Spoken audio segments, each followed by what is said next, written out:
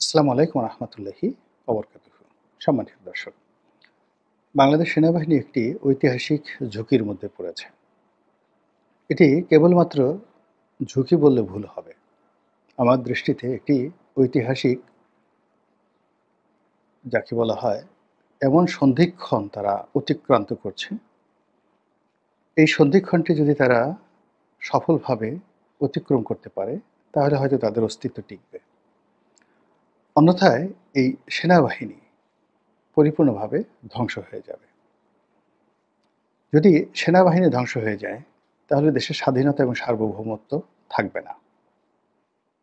আর স্বাধীনতা, সার্বভৌমত্ব যদি না থাকে, তাহলে আপনি সরাসরি কোনো একটি বিদেশি শক্তির সেবাদাস বা সেবা রাষ্ট্রে পরিণত হবেন, দলিত রাষ্ট্রে পরিণত হবেন, অথবা আপনি একটি ব্যর্থ রাষ্ট্রে পরিণত হবেন।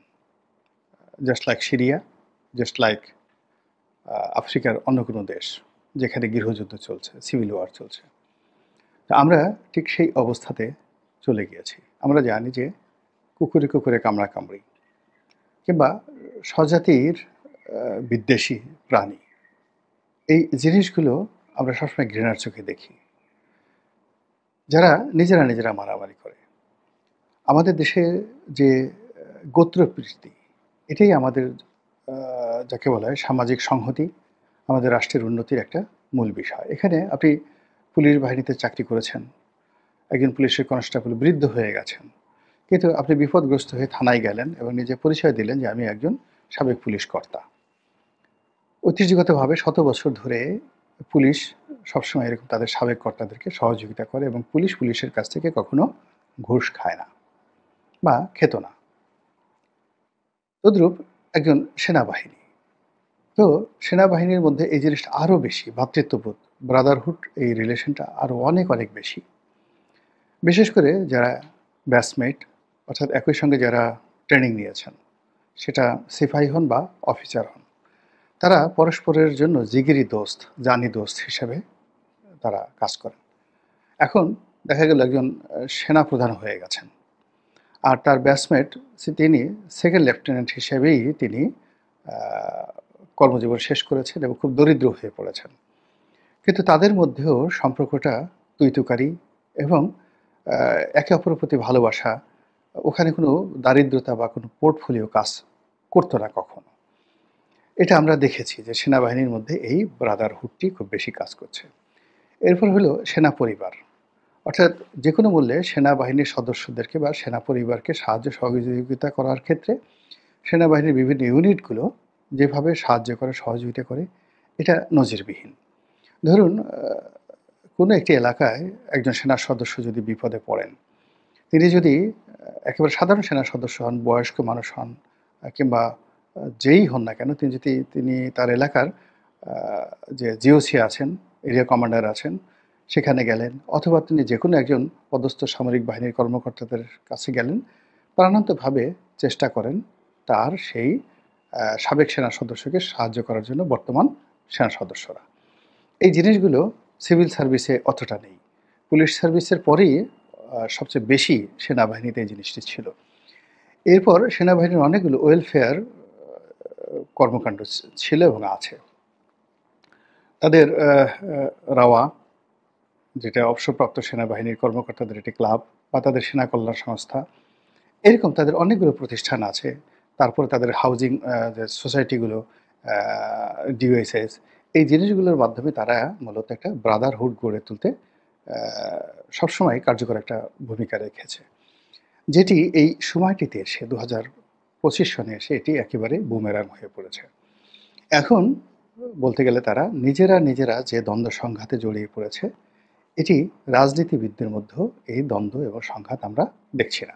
আওয়ামী লীগ বিএনপির মধ্যে যতটা না দ্বন্দ্ব এবং সংঘাত, বা খালেদা জিয়া এবং শেখ হাসিনার মধ্যে যে বিরোধ বা একে অপরকে বিষোদ্গার, তার চাইতে সাবেক সেনাবাহিনী প্রধান ইকবাল করিম ভূঁইয়া আইকিবি এবং সাবেক সেনা প্রধান জেনারেল আজিজ, এই দুজনের মধ্যে সম্পর্কের যে অবনতির ফলে কি ঘটনা সেনাবাহিনীর ভিতরে ঘটছে, রাওয়া ক্লাবে ঘটছে, ক্যান্টনমেন্টে ঘটছে।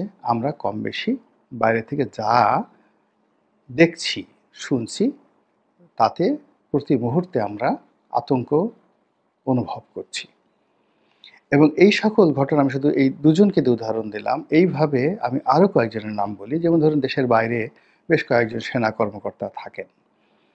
তো তারা ইতিপূর্বে শেখ হাসিনাকে নিয়ে সমালোচনা করতেন এবং that was good and well accepted. এবং আমরা তাদের সবাইকেই হিরো মনে করতাম। সেটা কর্নেল শহীদ বলেন, অথবা ক্যাপ্টেন শহীদ নামক একজন ভদ্রলোক ছিলেন, তিনি মারা গেছেন। কর্নেল, তারপরে মেজর দেলোয়ার বলেন, অন্যান্য যারা আছেন, তারা ওই জমানাতে বেশ জনপ্রিয় ছিলেন, ভীষণ রকম জনপ্রিয় ছিলেন, পিনাকির মতো জনপ্রিয় ছিলেন।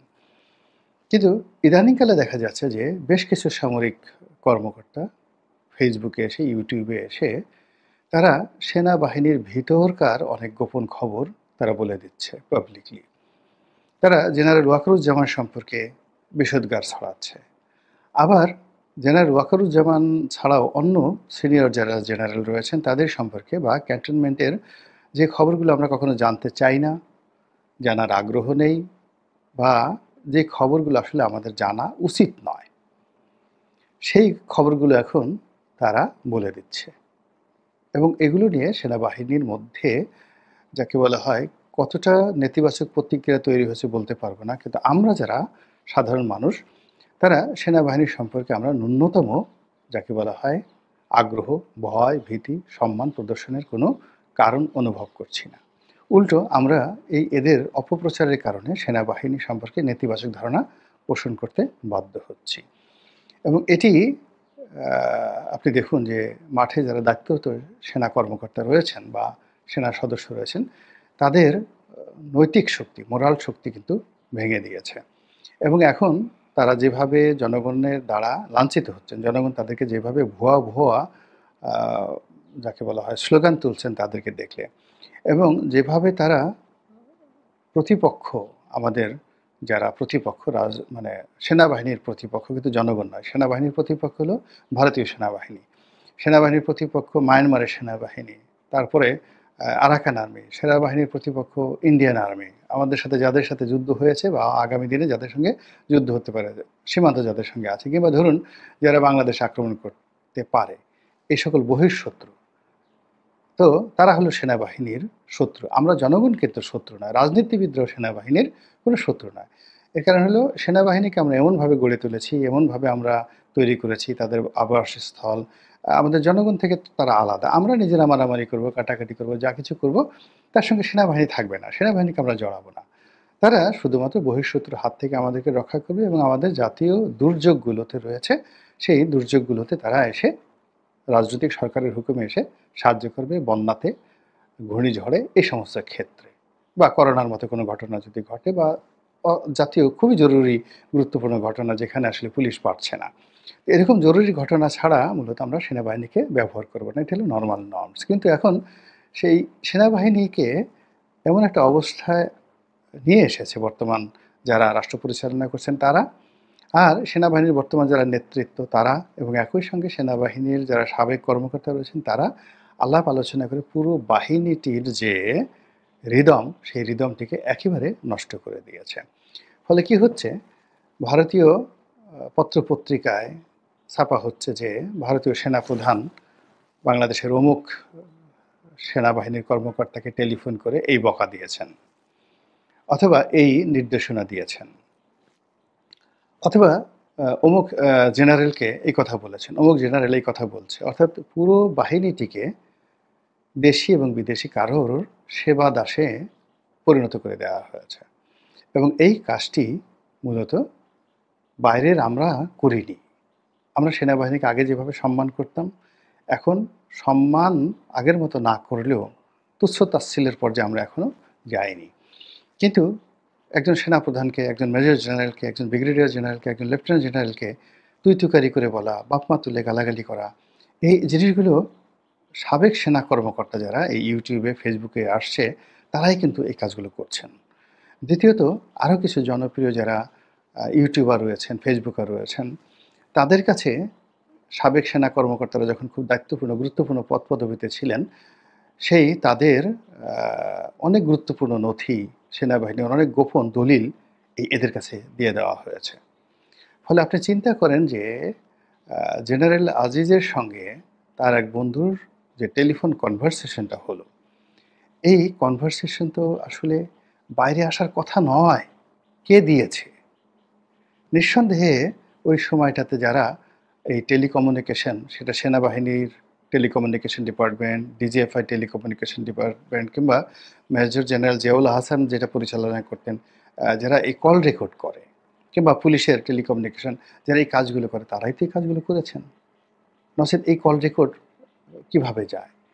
এভাবে আরও অনেক অভ্যন্তরীণ বিষয়াদি দেশের বাইরে যে সকল ইউটিউবার রয়েছেন, যে সকল সাংবাদিক রয়েছেন, যে সকল টেলিভিশন যারা চালায়, আইপিটিভি চালায়, তাদের কাছে কিন্তু বস্তায় বস্তায় এ সকল তথ্যপত্র পাঠিয়ে দেওয়া হয়েছে। পাঠিয়ে দিয়ে এই অনেককে জিম্মি করা হচ্ছে। কাউকে টেলিফোন করে জিম্মি করা হচ্ছে, কাউকে দালাল পাঠিয়ে যে তোমার এই ভিডিও আছে, এই অডিও ফুটেজ আছে, অডিও রেকর্ড আছে, তারপর এই ডকুমেন্টগুলো আছে, তোমার এই ধরনের ব্যাংক স্টেটমেন্ট আমার কাছে আছে, যদি আমার এই কথা মতোই কাজ না করো বা আমাকে এই ধান্দাবাজির কাজে সহযোগিতা না করো। ফলে কি হচ্ছে দেখেন, পুরো বাহিনীটির মধ্যে একটা আতঙ্ক ছড়িয়ে দেওয়া হয়েছে। একইভাবে পুলিশ বাহিনীর মধ্যে সেম ঘটনা, সিভিল সার্ভিস সেম ঘটনা। কিন্তু পুলিশ বা সিভিল সার্ভিসের যারা আহ, আহ, কর্মকর্তা, এরকম যদি 80% কর্মকর্তা বাদ পড়ে যায়, তাহলে কিন্তু সিস্টেমটা লস করবে না, সিস্টেমটা ব্রেক করবে না। সেখানে আহ, যারাই নতুন আসবে তারা এর সাথে অ্যাডপ্ট করে নিতে পারবে। কিন্তু সেনাবাহিনী তো সেটা নয়। সেনাবাহিনীতে একটা সুদীর্ঘ ট্রেনিং দরকার আছে, এবং প্রতিটি আপনি রাতারাতি কাউকে মেজর বানাতে পারবেন না, ক্যাপ্টেন বানাতে পারবেন না, ব্রিগেডিয়ার বানাতে পারবেন না, কর্নেল, লেফটেন্যান্ট কর্নেল বানাতে পারবেন না।